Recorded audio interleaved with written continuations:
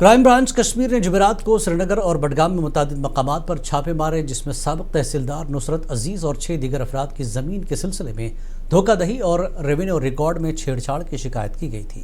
سری نگر میں press conference سے خطاب کرتے ہوئے S S P crime branch Kashmir Waheed Ahmad Shah نے کہا کہ خاتون جس کو زمین کے فرضی کاغذات دیے گئے تھے کی شکایت پر یہ کارروائی کی گئی۔ کرائم برانچ نے سابق تحصیلدار اور ان کے ساتھیوں کے خلاف ایف آئی آر بھی درج کی۔ ملزمان میں اس وقت کے تحصیلدار ملہامہ نصرت عزیز اور اس وقت کے پٹواری عاشق علی اور دیگر شامل ہیں۔